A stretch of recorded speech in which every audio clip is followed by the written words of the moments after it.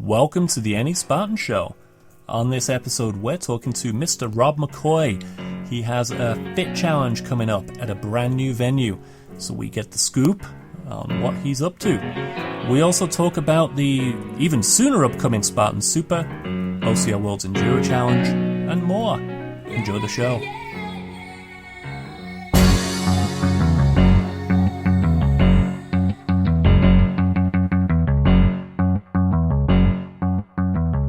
If this is your first time listening to the show, thanks for checking us out. We record roughly weekly, and you get to listen to myself, Paul Jones, Sandy Ree, and Josh Chase chat about the obstacle course racing scene. We also do interviews with race directors and business owners in the OCR space. I encourage you to go and check out all of our other episodes over on podcast.anyspartans.com, and while you're there, subscribe to us. We're on iTunes, Stitcher, Google Play, anywhere else you're going to find a podcast. You can also find us over on Facebook as the Any Spartan Show, and we really encourage you to leave questions in the comments that we answer every episode. Now let's get on with the show.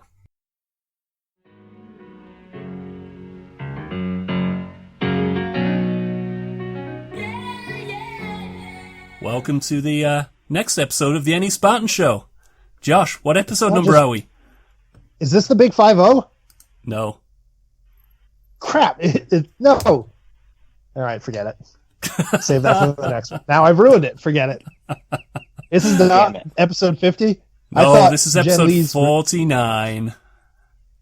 Damn it. I gotta go then, guys. Call me back next one. Thanks. And we have a special guest who is not special enough to get episode 50, but he is going to be on episode 49. Hi, Robb. Mr. Robb McCoy of Fit Challenge. Doing great. We are doing great. So I hear that, Robb, you have a little race coming up. So Josh, Sandy, and I, and I'm sure our avid listeners would like to hear a lot more about your upcoming race. Yeah, it's this race called Fit Challenge. I've heard of it. Yeah, we've done a couple. So, yeah, we're still trying to figure out what it is we're going to do, but we're going to have a race in 2 weeks. So. Awesome. Hey, I've heard this obstacle stuff's quite trendy right now. Have you thought about putting some obstacles out there? I heard about it. Yeah. It's like one of those Tough Mudder things, right? A little bit like that, yeah. Like, all right. Yeah, you need a catchphrase, though. I hear a ruse open. No, I thought it was FT something. Close enough. I don't know. Yeah. But yeah, we started this past weekend. Actually, we had a good crew of volunteers out. We got a full build weekend. And it's one of those things where you never do as much as you want to do, but then when you drive home, you realize you probably did way more than you thought you were going to do. So I think we're in good shape. For we have one more build weekend next weekend, and then the week leading up to the race. And obviously, this is completely different for us because it's a brand new venue. So that poses really good things and poses challenges also. So building at really different than building at down the old park where we've built a bunch of times. We kind of know what we're doing, when to do it, how to do it. So for someone who's tuning in for the first time, so you're obviously, I imagine the vast majority of people listening know that you're the race director, the owner of Fit Challenge. And how many OCRs have you held now? What number fit is this? This is number 9. God. So it's typically been at what, a 2-a-year cadence since 2013? Correct. 2013 we did, actually August we did 1. And then we've done 2 a year since, 2 in 2014, 2 in 15, 2 in 16, and this is our second. And the signature of Fit is that you have a 5K distance, usually on the nose. Yes.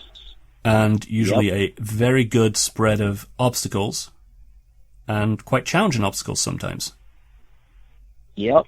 That's, cool. I would say that's going to hold true for this venue as well.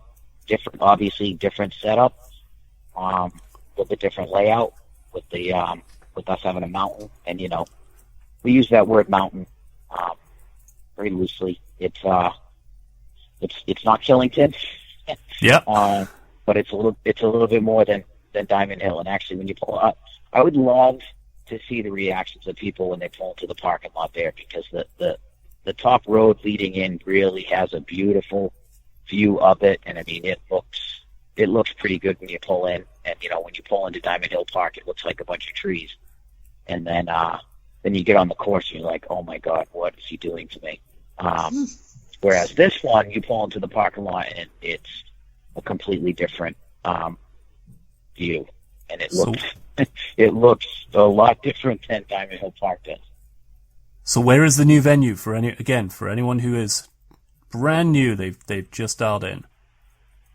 If you took a map of Connecticut, put a dot directly in the middle of the state, that is where this is. It's in Middlefield, Connecticut. I mean, literally in the middle of Connecticut. So it's about 20 minutes south of Hartford. But I mean, as middle of Connecticut as you can get. And it's called Powder Ridge Mountain Park and Resort. So they have some skiing there. They do some downhill mountain biking. They have a nice restaurant there. They're putting in this synthetic snow stuff, which I guess you can ski on all year round. So, yeah, it's pretty interesting. So we don't have to run, we can ski? If you'd like to. The ski lift will be open all day. You can ride the lift up. Josh, did you hear that? The ski lift will be open. Does the ski lift go up a hill that we're going to have athletes running up and down? 100. The first climb is directly under the ski lift. We figured that would be neat to have people going up the hill over you while you're climbing up, and they're yelling down, and you're yelling up at them. So we thought that would be interesting. Are you thinking what I'm thinking, Josh? Who does that? Well, the problem is I'm going to be on the course, so this will be, for lack of a better word, this is, oh God, I don't even want to say it because it's just gross. So I'm a Fit Challenge virgin. I have never been to a Fit Challenge event before, which is very hard to understand. Difficult to admit, but it's a problem, but he's going to work on it. Yeah, I have always had a conflict both the weekend in April that you held your events and the weekend in like November or whenever it was. Damn. So this is the first event, and in true Josh Chase fashion, I'm going balls to the wall, both feet in first, and doing the 8-hour challenge. So I'm going to be on the course from the minute it starts, and I will be on the course from the minute it ends, thus leaving zero time to heckle racers from the ski lift. So if I'll you're have to leave that task. And you see Josh on that hill, and you're on the ski lift, you must heckle. Yeah, give me He help. loves it when you ask him what his number is. Yeah, ask him what his number is. His actual number. His actual number. That's great. Yeah. I am psyched for this, though. I'm super excited to do a multi-lap 8-hour endurance event. And Rob, what other types of class of race and what else do you have going on for the weekend? Yeah, so I mean, we'll kick things off with obviously the 8-hour people going. We have a pretty small elite crew this time, so I might just send them earlier than you guys and then send the multi-lappers for the 8 hours. So what we did with the multi-lap this time was try to change up the format of it a little bit, just a couple little tweaks to it. What we got at Diamond Hill was pretty much 5 hours, and it was, okay, we start at this time, you have until this time to start your last lap, go, and do everything. And, I was talking with a couple people, and, we're always trying to just, change things or make things better, and somebody, brought up the idea of maybe doing a lap without obstacles, and I actually kind of like the idea. With the fact that we're an OCRWC24 qualifier for doing 5 laps in under 6 hours, I wanted to try to keep that 5-lap number there. So what we've done is after your 5th lap, your 6th lap will be obstacle-free. So if you finish 5, we're going to kind of dangle that carrot out in front of you, where it's like, okay, you're tired, you just did 5 laps, but this one you're out to do obstacles. And then you're going to curse us and start talking for your 6th. And then, so that's kind of a little trick there. And then from 3 o'clock on to the course, the start line will be open till 4. So you have till 4 o'clock to start your last lap. But from 3 o'clock on, there won't be any more obstacles.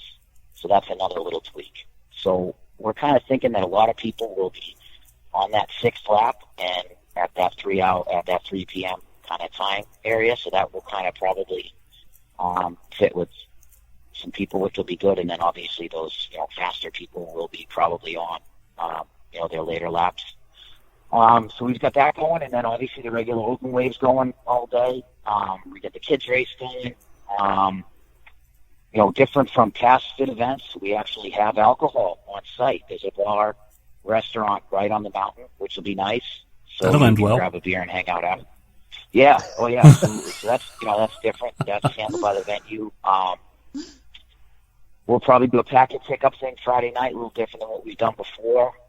This is obviously completely different for me in the fact that, I'll be there all weekend as opposed to, Diamond Hill off-site.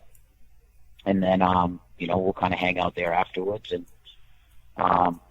enjoy, not having to break down and run out of there, which we have to do at Diamond Hill.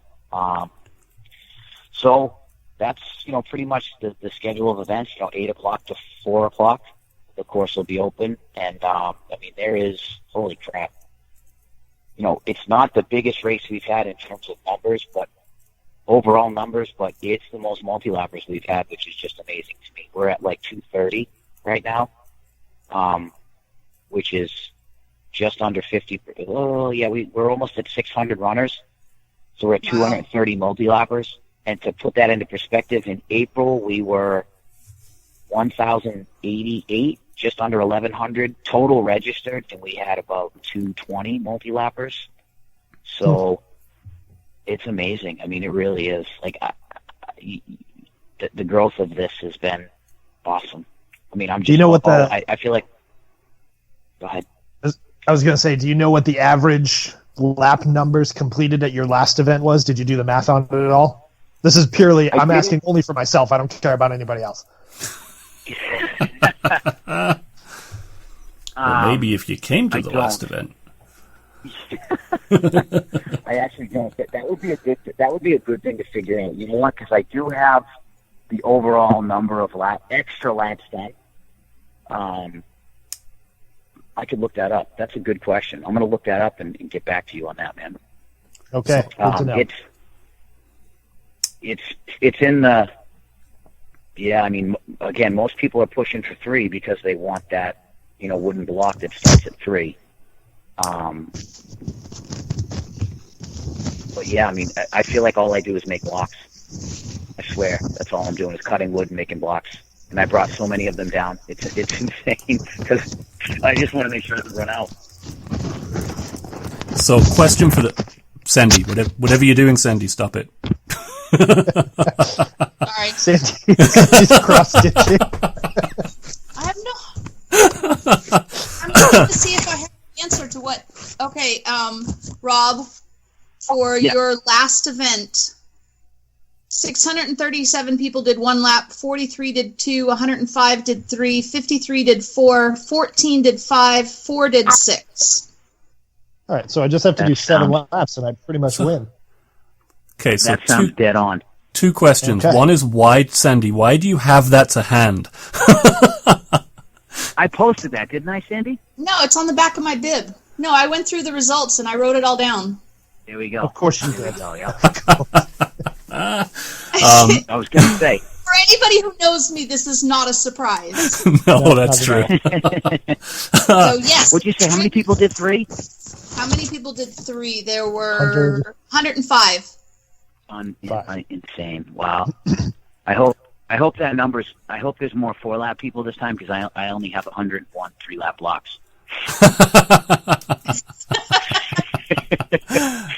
If there's number 102, I'm going to say go do a 4th. Thanks. Or here's your 4-lap block. Course is still open. They can Keep just running. wait until 3 o'clock when the obstacles are when it's obstacle free, and then boom, just bang it out and get your 4-lap block. Exactly. So earlier on, you'd mentioned the Elite Wave, and question for the Peanut Gallery. That'd be Mr. Matt Punton. Do you have any pros coming? Because obviously Hunter came to your last race. Is he coming back? Yes. Yes, he is. I don't think so. No, I don't think so. I don't think he's around. That was just, lucky. Yeah, he was in the area, right? He was in Connecticut or something? Yeah, he was in the area, so we were able to make that work and get him up there. That's awesome. But, I mean, he's like, I think he's in Malibu now. He's, famous busy guy man. And doing all kinds of stuff. Yes, I think we'll get him back next April, though, because to say he loved that course would be an understatement. I mean, he's still, he'll send a message and he'll talk about it on his podcast. He'll talk about it in live videos that he does. Good. He loved that course, and he loved, the feel of the event, and all that good stuff. So I think we'll get him back out in April. We'll just fit shame him until he does do it. Which is what we do to most people. I'm surprised we haven't fit shamed you yet, Josh. Damn it. Well, you may have Sorry tried. about that. I flew under the radar. I didn't make it known that I wasn't attending the events because I didn't want to get shamed. So, but this year I'm coming in hot this year. So my goal is to get one of those lap leader bibs. That's all I want. Yes. Listen, here's my advice. Go out hot in the first 2 laps because we give those out after lap number 2. And if you're in the top 10 after the second lap, that's good. Now, it doesn't matter what you do the rest of the race. But if you go out hot, then we'll give you one. I might just give you one anyway because I have more than 10. No. I don't want a participation trophy. I want to earn the goddamn thing, okay? So go out hot, and then if you go from 10th to 100th, it doesn't matter because you were in the top 10 after lap number 2. We'll make sure we get a photo of you wearing one. How's that? If somebody hands one in and I finish an extra lap beyond them, then give me one. That's all I want. Deal. All right. So the next question from the peanut gallery is, why the change? How did you end up in Connecticut, or why did you leave Rhode Island? It's all Scott's fault. Okay, good. Damn Scott. Blame Scott. Yeah, it's Scott's fault. Let's just blame him. All right. Next question. I think that it's kind of one of those things where we're not looking for a new venue, but always looking for a new venue. We're not looking to, I'm not looking to go nationwide or anything, majorly out of the area. But if there's a good opportunity, then there's a good opportunity. And this, posed a good opportunity. And Scott really was the one that, spearheaded it. And got the contact with him. We met with them, and it just seemed like things would, to use a bad phrase, things would fit with us and them. And it has so far. So, it wasn't that we were looking to, and I would never want to leave Diamond Hill because I love Diamond Hill, and we are scheduled to be back there April 7th in 2018. So this was just kind of something to add to our events. And we'll finish up when we're done with August. We'll finish up and figure out if it's something we're going to do again. Cool. Yeah, variety isn't necessarily a bad thing.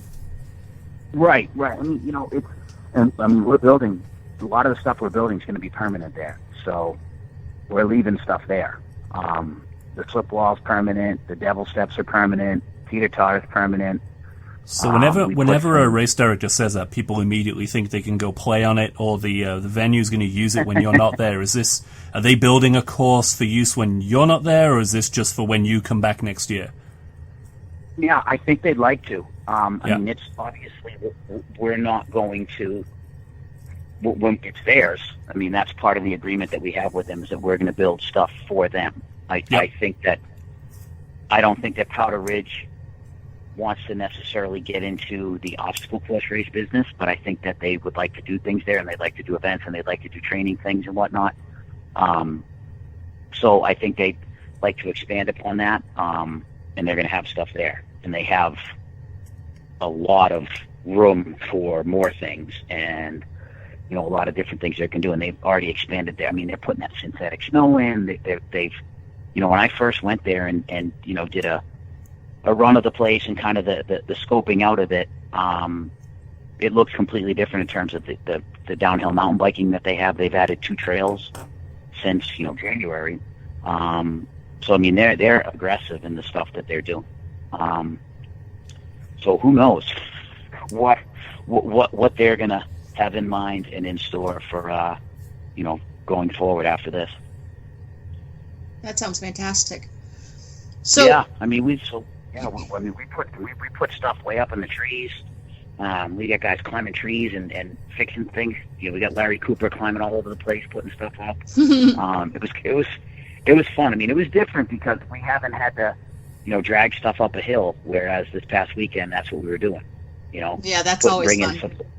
Dragging supplies up a hill and doing stuff like that. So that definitely was different. And then just getting the things going up there was a little bit different. But I've kind of designed for them an area where they could have a short course on the mountain, and then also, kind of spin off of that and do a whole other course.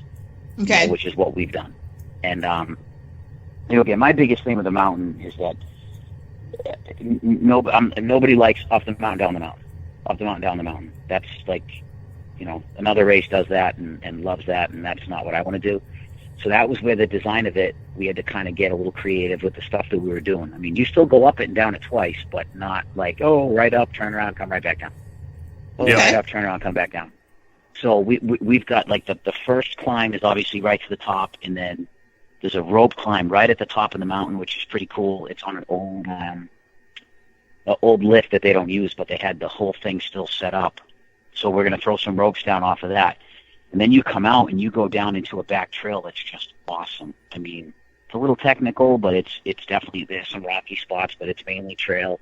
And we put some cargo nets out there, the double ups, all that kind of stuff. I mean, it's a beautiful trail. And then coming down the mountain, the laps without the obstacles are going to be fast, because coming down that mountain, you can fly. And of course, what we did is we built obstacles all the way down the mountain so that you can't fly when you have to do the obstacles. But the ones without the obstacles are going to be fast. Okay. So again, this is only 2 times up and down, whereas Diamond Hill it's like 5 times up and down. So what kind of elevation is that total compared to Diamond Hill? Honestly, I think it's a little less. Okay. Overall, I think it's a little less. I think, and this, if let's take Hunter for example. I think if Hunter came, he went 39.30 at Diamond Hill. I think he could push 38, maybe high 37s here. Okay. I think the layout's different. I think that a longer sustained climb is obviously different than an up steep, really steep, then down. Technical, all that kind of stuff. I mean, Diamond Hill's got some parts that are pretty technical. Very, very really technical. You can't really get a rhythm. Like, for instance, the final downhill that we have here it's going to be fast. So there's nothing like that at Diamond Hill. So this, again, it's different. So I think will it be easier? No. But could it be faster? Yeah, it's kind of a strange question. It's kind of a strange answer to say, like, oh, yeah, it's not going to be easy, but, is it still going to be a challenge? Yes, but I think it'll be, obviously a different challenge. Like, people that can climb and, can, short step up a hill are going to do really well on this one. Okay. What are the trails like? So, do you have narrow single track, or do you have some wide open trails? I don't think anything is single track. Even the back trail, it's definitely not anything single track. Even the stuff that there's 2 little spots I had to cut, that's not single track. The stuff that we cut in the actual mountain, that was done with the big backhoe and a brush guard thing, that's double track. So there's nothing really single track anywhere. Awesome. There's stuff on the hill. So I mean, we use the hill. So we cut the grass, which is actually really good because I like that, because it's kind of hard to get lost. If you run into the tall grass, then you've done it wrong. You're wrong. You might get a tick, and you're wrong. So what are the odds that by lap 2 somebody will be lost? It's going to happen. It's just going to happen. You see the 11,000 feet of caution tape we put down at Diamond Hill. And People find a way. There's still one. Right. People will find a way, and then I'll bring them out to the spot where they get lost, and they'll say, "Oh, I didn't see that arrow. I didn't see all that bright green tape. What the hell?" Right. It wasn't there going to earlier. be less like caution. This is going to be less caution tape and a lot more arrows because it's all open. In terms of trails and stuff like that, which is good. But I like it. I really do like the layout of it. I'll get a run through Sunday. So I usually run through the course on Sunday before the race and pre-mark it with all the flags and stuff. And then, I've run it, but I've run it kind of broken up. So I'll get a run through of it on Sunday. And then just keep building. A lot of the stuff's up. The Destroyer's got to go up this weekend. The rig's got to go up this weekend. Do you know what obstacle count you're shooting for? I think right now we're 31. Oh, that's a good number. I think that's the official count. We're at 31. And if we do, we're going to try to do a little slip and slide at the end, just down one of the little hills to the end. So if we do that, I think that's 32. But you know how those things go. Slip and slides are either unbelievable or they're awful. Yeah. And we've all done both. The worst thing has ever happened. You go full speed, you run, and you go a foot and a half, and you stop. Yep. No middle ground. So, you're right, exactly. We'll test that out this week, and if we can get that going, that'll be there. But it's for the multi-lappers, it's really good. It's really convenient. You finish, you take 10 steps, you're in the multi-lap area. You take 10 more steps, you're at the start line. It's all right there. Which is good. I like that. We set that up because, we want to cater to those people because we love them. So that's a really good setup. And, there's a lodge. It's nice. There's a nice restaurant they have there right on site. They got their ski lodge going. They'll have the lift going for spectators, which I think will be awesome. And, as much as it's only, it's not a crazy mountain, but the views up top are beautiful. Like they really are. On the back side of it, it looks way out. On the front side, there's a gazebo right at the top. So it's nice. It's definitely, it's going to be different for everybody, which will be good. Different's good. So, Sandy, if you want to set up a candy store in the gazebo, I'll meet you at the top of the mountain every lap. What a great idea. That's Killington. What a great idea. I would love a candy shop at the top of the mountain. See, have some kid put like a lemonade stand or something. Yeah, I was going to say, invite the killing. Boy Scouts or the Girl Scouts in to have a fundraiser or something. Sell cookies and brownies up there. And tell everybody to throw a couple of bucks in their hydration pack. Yeah, I'm not carrying cash on me on the course, but I'm good for it. It's fine. I'm good for it. What I want to do is when the elites actually finish, and I want to take them literally right when they finish. 1, 2, 3, let's go. Jump on the lift, let's ride up, and let's take the elite picture in the gazebo. I think that'll be cool. Oh, that would be cool. Yeah, it'd be a cool spot. Yeah, so I'm gonna try to do that as opposed to waiting for an awards ceremony or whatever. Get on the lift, let's go. We're going up, and then with the multi-lap winners at the end of the day, I'd like to do the same thing. Take a ride up. Cool. I think that'll be such a cool picture up there, and then it's right. The gazebo is actually I don't want to say it's not on the course, but it's 10 steps off the course. So if there's any photographers listening and you're there, you might want to perch yourself there, and multi-lappers might want to grab a couple pictures up there during the day because it's a pretty neat shot. But yeah, we've got a lot of first-time runners, which is good. I think we're like 60% are people that have never done a fit challenge before. Oh wow! So, Josh, you're in good company. Yeah. So that's rookies. Good. We got a first timer. Yeah. So the race date exciting, is scary. August 12th. Yes. Nice. Coming up soon. August 12th. Not this weekend. Next weekend. I think there's last check, which was last week when I did a little team count. There was 99 Spartans. Very cool. So, and that's people that have registered under the team. That's not, you know, I'm sure some people saw it, and that was last week, and there's definitely been a bunch more in. So I'm saying there'll probably be 130, 140 Spartans, which is awesome. And when do you close registration? Registration will close next week, probably on Tuesday night. Okay. And that'll give me some time to, and then we'll do the day of also. I like to close reg just so I can get the bib list. Everybody likes the bib list printed beforehand and all that kind of stuff, so I like to do that. I like to close it the week before, you know, a couple days before, so you can get the bib list printed and figure all that kind of stuff out, and then, you know, tell people not to worry about it, and everybody still worries about it. Well, if you follow the social medias, they want the bib list a week before, and they want the photos 2 hours after they get home. Pretty much. Right. Oh, so very true. Oh, absolutely, yeah. And you know, the thing with you know, when our timing company's great with the multi-labs. So he does a really good job. But with there being so many people, there's just bound to be some error. And we back it up because we have somebody at the start line that checks everybody off and checks the bibs and all that kind of stuff. So I mean, I can honestly say that we haven't missed one.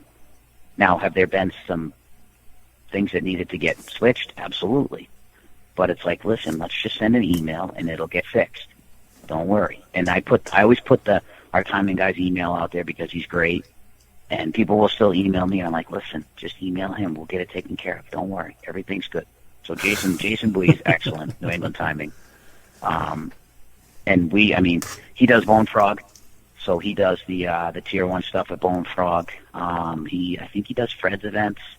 So I mean, he's used to the multi-lap thing, but he always says that we have the most, which is good. I like that. I like having the most multi-lappers. All right, like so damn blocks, but keep cutting down those trees in your dad's backyard, right? I'm telling you, everybody's leaving with something. Even if it's one of the logs from our log carry. If I run out of blocks, I'm going up there to get one, and I'm just gonna, you know, spray paint on it. Nail a medal to it and some spray paint, right? I swear to God, everybody's leaving with a block. I'm not. I've run into that where I've had to mail 50 of those things all around the East Coast, and I'm not doing. Oh my God, I'm not doing that again. So I'm going to put in a formal request that you get one of those logs and you spray paint participation trophy and give it to Josh. Oh, for Josh. Well, can we give Josh? How about we give Josh the Spartan team one? I don't know about that. It just says thank you on it. Thank you, Josh, for coming. Thank you for showing up. Finally. Yes, finally showing up. Thank you. Yeah, you have to put the comma finally. We had to move out of the state in order to get you to come to our friggin' race. Right? It's unbelievable. Like you know, Diamond Hill's Friday. Where you're in Mass, so you're probably an hour from Diamond Hill. Now you're probably a couple hours. Longer. But it'll be worth it. You're going to go 8 hours. It'll be worth every minute of your trip down there. Yeah. Okay, so 8 hours starting at what time, give or take? 8 a.m. Okay, so 8 hours, give or take, from 8 a.m. Got it. Yep. And that's 8 hours to start now, not finish. So start your final lap. So we're going to cut. We'll shut down the start line at 4, but we're not going to throw anybody off the course. Okay. So like Stephen Mello a couple of years ago, I think we shut the start line down at 1, so he finished his lap. He literally sprinted over, crossed the start line, sat down, and ate a sandwich. he listened. He did, and he did nothing wrong. I love it. It was awesome. I was like, well played, my friend, well played. He's like, I'm back on course. I'm like, you absolutely are. You asshole, but you are. Right. All right, Rob. We appreciate your time, and August 12th, if you haven't signed up, we have a discount code for the team, right? What's the NES discount code? Yep. Spartan Fit. Spartan Fit. Go to fitchallenge.org, get registered, August 12th. Yes, we will be there. Thanks, Rob. We'll see you there, man. Awesome, Rob. Thanks, Josh. Thanks, Sandy. Cheers, Rob. Bye. Thanks, Paul. All right. I did not realize it was your first Fit Challenge, Josh.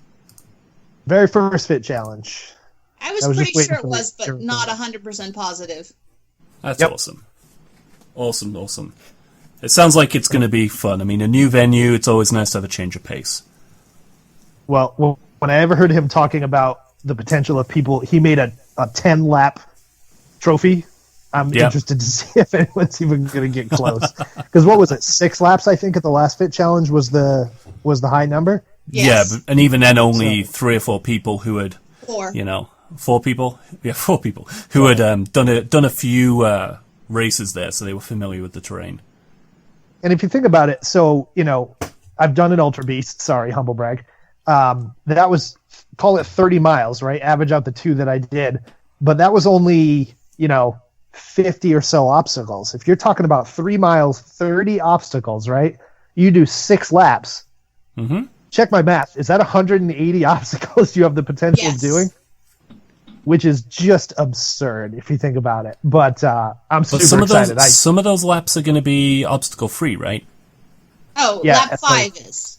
Lap 5. Lap 6. Lap 6 is Complete obstacle 5 laps. Lap Oh, that's 6 right. is Lap obstacle free. 6. Okay. And any lap you do starting after 3 p.m. So if you're lucky and you pace it out, you could get a couple obstacle free laps depending on. I'm not going to plan it. I'm just going to one foot in front of the other and just keep going. What would stop someone doing 2 laps in the morning and then waiting and doing an obstacle-free lap in the afternoon? Okay, so that thought occurred to me, Paul, and it sucks. I wish you hadn't have said it. No, I wish you hadn't said it because now that's more people that'll be out later in the day. Well, but yeah, you're right. They could just hang out, wait, meander, have a beer, and then go back at 3 p.m. and do just for the distance or. I don't know why they would do it, but they could totally do it. I guess to get a 3rd lap block. I was going to say, I know exactly off. why they'll do it, but if you're doing that, you're doing it all wrong. So don't do it. Yeah. Go and do this in the spirit of the Fit Challenge. Go ahead and edit that part of the podcast out. So before Fit, we have another race, a little Spartan race coming up. Yes. So next weekend is the Spartan Super back at Carter and Stevens Farm. I don't know if I'm going to be there because I've double booked myself for Saturday, and I might go over Sunday, but I haven't made any plans yet. How about you guys? I will be there volunteering on course for the first time ever. Usually I do build or warehouse volunteering, and so I'll be on course Saturday for the first half of the day. And I will be running in the open on Saturday at 9:30 in the team wave, and then I will be doing pre-course run on Sunday to make sure the course is still marked and ready, and then going to try and squeeze myself into a competitive lap on Sunday. Getting ready for Fit, man. I got to get miles in, so let's see. I'm going to be very interested to see what people think as they run past some of the giant Savage Race obstacles. Yes. Got to admit, I think that's going to be quite funny. I mean, if Spartan is smart, if Spartan is smart, get covered up. They will design their course completely away from those and keep every single obstacle out of line of sight. Because I don't think that's possible. I don't know they can. It's probably not, depending on what obstacles. Yeah. Do we know what Savage left there? I would imagine anything that involves big digging. Yeah, Colossus, I think, Davy Jones' locker. The rings over the water, the monkey bars over the water. Oh, Wheel World. They may not have left the obstacle, but the pits are going to be there. Okay. Oh. So yeah, it'll be interesting to see what is still there and in what manner. But Spartan race back at Carter and Stephen Farms. I'm looking forward to just dodging cow pie after cow pie again. And a nice muddy course on Sunday because I'm sure it's going to get destroyed on Saturday. If you're listening to this on Tuesday when we publish it, because we're recording it Monday night, we put some team gear in the store on sale, and I'll priority ship it to any orders sent out this week. So get out there, show the team. We seem to have a lot of newbies who've joined us recently.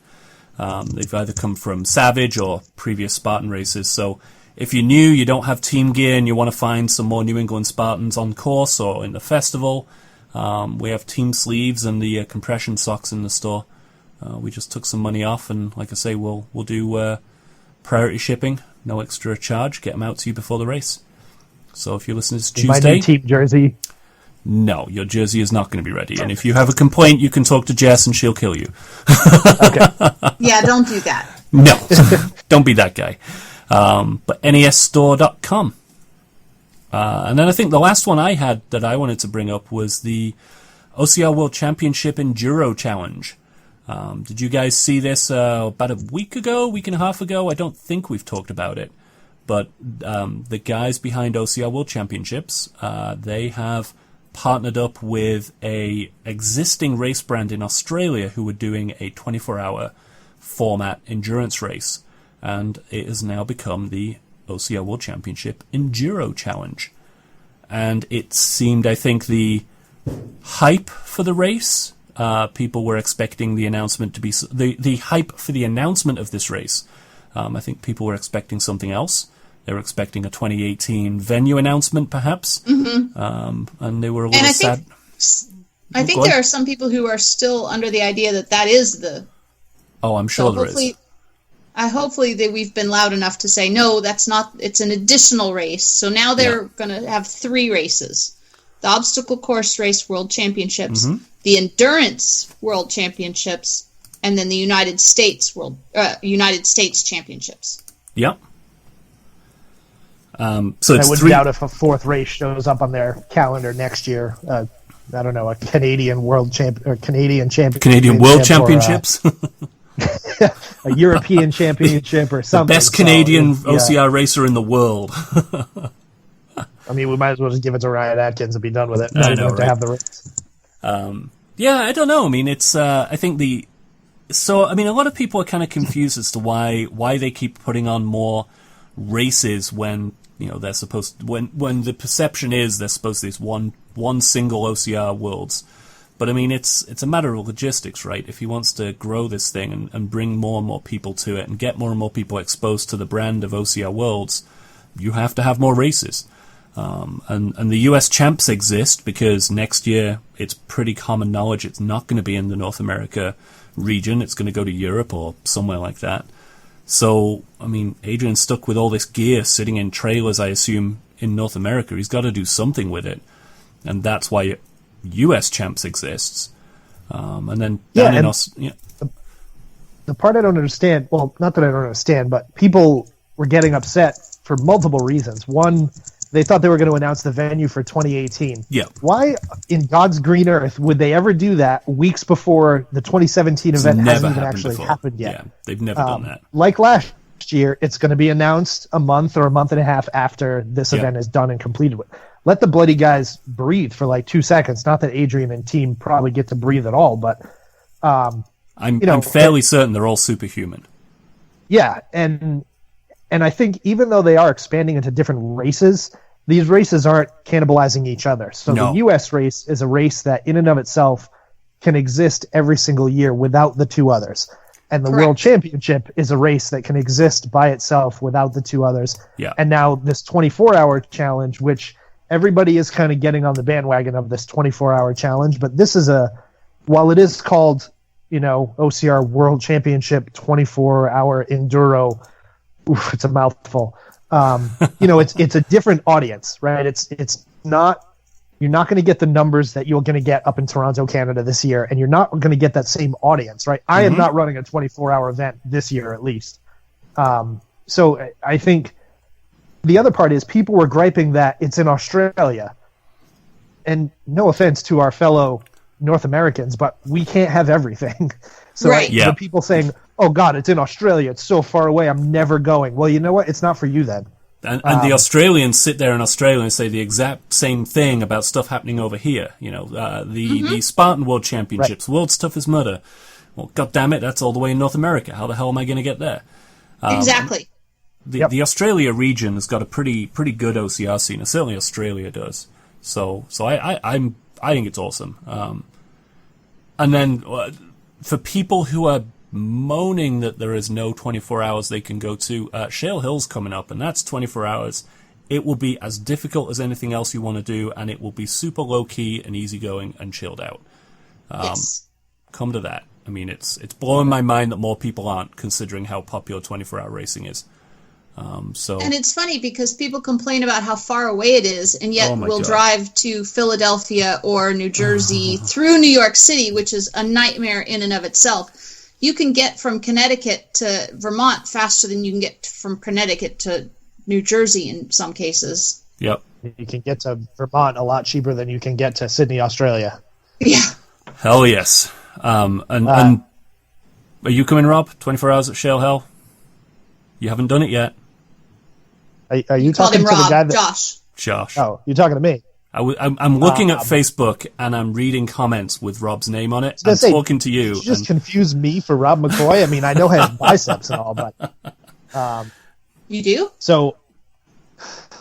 Shut up, Sandy. That's not nice. I apologize. I owe Sandy my life after this weekend, so I didn't mean to be mean. No, I can't. I can't come to this year's 24 Hours at Shale Hill because he scheduled it the same weekend as the Quebec Ultra Beast that I'll be doing. So I'll be in my own realm of torture right around that same time. But I would love to come to Shale Hill. I can't change my plans. Of course you can. I can't. Of course you can. It's closer. You'll be driving right by it. Yeah, but I've missed the chance to go to glorious Canada.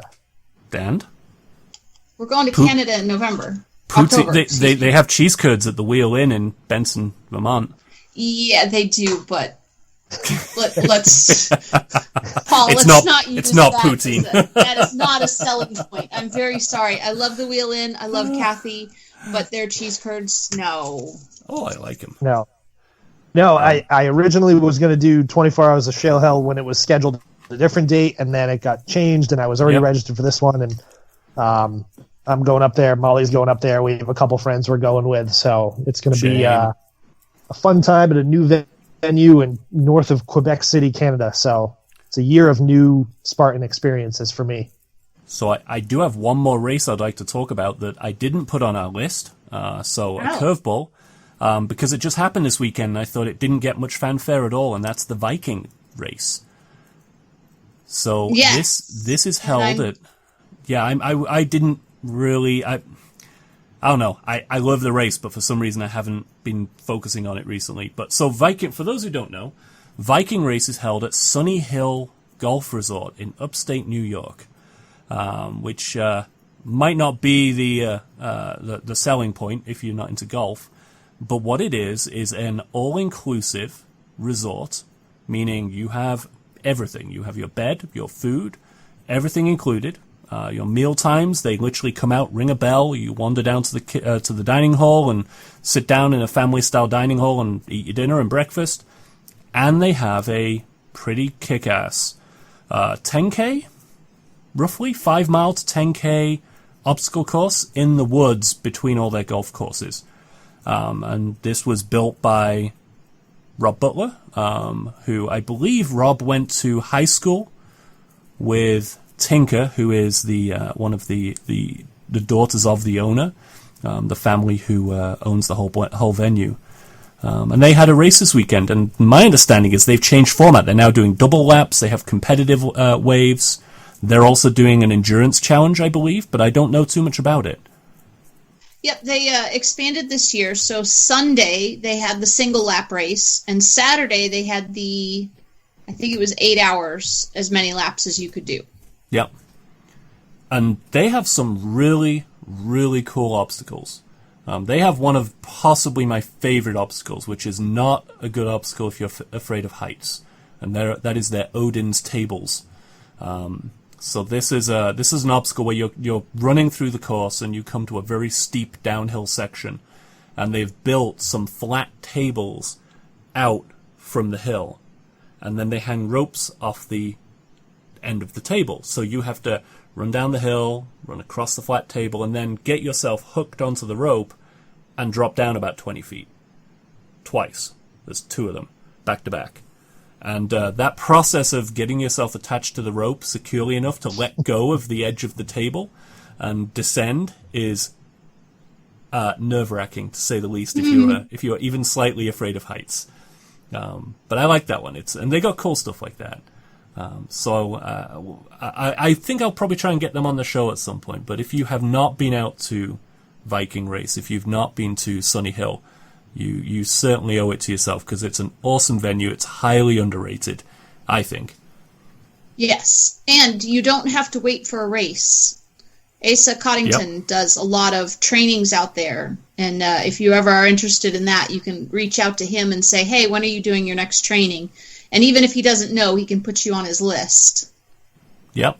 Their race medals are awesome. They're burnt wood medals, which are pretty cool. And I think it's probably, 30 minutes off the Mass Pike after the Mass Pike has gone into New York State. So I don't know how far from the border that it is. Maybe an hour from the border, 45 minutes from the border. But it's not difficult to get to at all. So, yes, so I'm throwing that out there because it happened this past weekend and I hadn't realized it was coming up. So if you haven't checked it out, you should go check it out. Yes. Another 8-hour race to put on the calendar. Or you can do the single lap race. Yeah. Unless you're doing, a Spartan race in Canada for the poutine. and the medal. And the medal. They should make a poutine medal. Oh. Then everyone would go. They should do a poutine 5K somewhere where you have to eat a cup of poutine every mile. A poutine mile, just like a beer mile. And pound of Molson Canadian. Oh, and we have devolved into ridiculousness. I think it's time to stop we should end the show right there.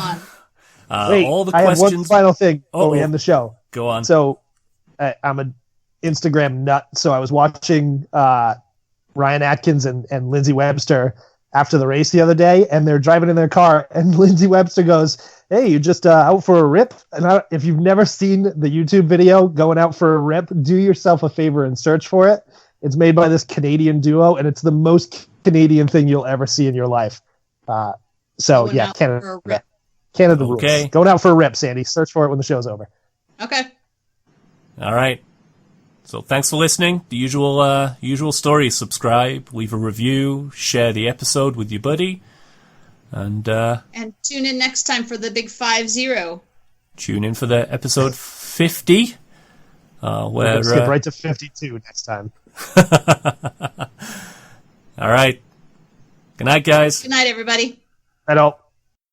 As always, guys, thanks so much for checking out the show. We'd love to hear what you think, so give us some feedback. Submit a question, share a story from one of your recent races or events. I think the show gets better and better with your participation, and it's not just Paul, Sandy, and myself talking. So to reach out, ask questions, suggest a topic, whatever it may be, follow along on Facebook. We've got a dedicated Any Spartans show page, or you can join the community at Any Spartans on Facebook as well. Twitter's your thing. Shoot us a tweet at Any Spartans. And if you want to find our full library of episodes, I'd recommend either iTunes or Stitcher.